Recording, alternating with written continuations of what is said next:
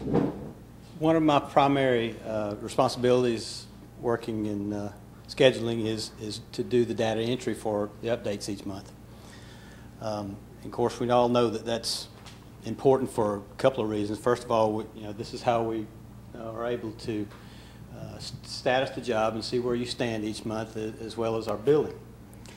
So I want to talk about a little bit about how we can help that in this process for the schedule success program on reducing the time that it takes to process your update each month, making sure we get key things taken care of.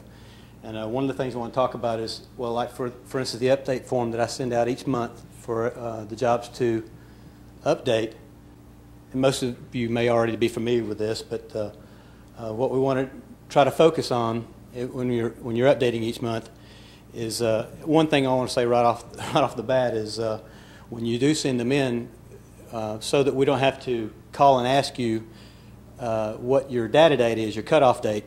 And the reason I say that is because some jobs vary a little bit on their time that they actually have a cutoff date, and that just eliminates us having to call you and find that out.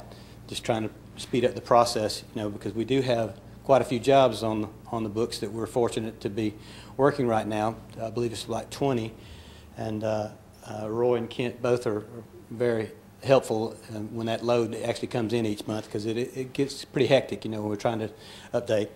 So I ask that you, on the bottom of the form there, if you'll see right here, I leave a place there for everyone to add your data date, and just put it on the first page of the form. We'll eliminate having to ask that question. Also, we want to make sure that you keep it as legible as possible. Sometimes we get in a hurry and may not be quite as good a penmanship as it takes to read sometimes. So at least try to make a point of making it as clear as possible. This is an example of one already filled out, and as you can see, filling in remaining durations, percent complete, actual start and finish dates are paramount to having a thorough update. And you want to make sure, occasionally I know we go through and sometimes we'll leave off a finish date or a start date unintentionally, or maybe even remaining duration. So try to make a point of focusing on that, because that will actually come into play possibly for your evaluation for the schedule challenges. And one thing actually we want to mention too is for those that do have to fill the update form out, we found that with the remaining duration issues, sometimes there's a case where you may not want to update the remaining duration. You want to leave it as is. That being the case, we want to ask if you would circle a remaining duration if you want to stay at that. Maybe you've progressed the percent and even started it by date, actual date, but you don't necessarily want to change that remaining duration because it may actually take the remaining time there. So either circle or maybe put just a small check mark by it just to show that you're good with that, what's showing. That lets us know that you've not neglected to update it, or you forgot it and just overlooked it. We know that what your intentions are with that. Just help speed things up. This will prevent having to stop and call you or email you to find out those things that may be missing. Again, back to the point of having multiple updates going on at one time, we just want to try to keep that process going as quickly as possible so that we can get your update turned around and get your billing in. Again, like I said, just want to make sure that we have all of the data there that's necessary. Keep it as thorough as you possibly can. And then, of course, as we go through the process, you go through review periods where your scheduler and, of course, project manager or whoever's involved will discuss and decide how they want to finalize everything. And, of course, you go through the process of getting the approval from the owner for the percentages, so we can wrap it up, turn it around as quickly as possible. But Kent will later on will kind of give a little bit more talk about evaluations of the points of your update, whether it's changing things down the line after we've already been through a few review periods. So And at that point, I'll turn this back over to Roy Godby. The third task that we would like for you to perform is preparation of a 4-week, or what we commonly refer to as a short-term schedule. We feel like it's imperative that every project have a 4-week schedule that specifically identifies what you intend to accomplish for that period and when you intend to accomplish it. Now, we don't specify a particular format.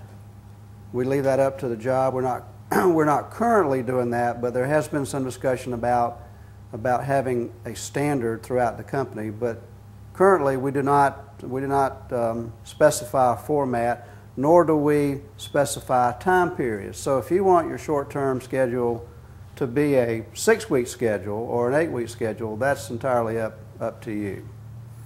But just know that it's important to be able to communicate not only to subcontractors, but also to your own staff here on site, what your specific goals are on a day-to-day basis. And in a lot of cases, you can't do that with your overall project schedule because mainly it may not exhibit the exact start and or finish date that you want a subcontractor to perform a certain task in. So with a short-term schedule that you prepare independent of that, you can get very specific on what you want how you want to direct the field to accomplish that. Job site wall schedule. This particular requirement has probably created more controversy and more questions than anything in the entire program. But we feel like it's an important thing to do. One of the big benefits of having a wall schedule posted in a prominent location in your office is that anybody that comes in the office, anybody that works in the office, has access to it. You know, there may be folks on the staff that never get to see the schedule.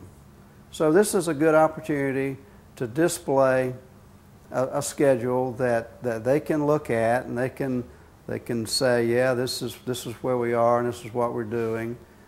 And it gives them a sense of ownership and makes them feel like they're part of the team.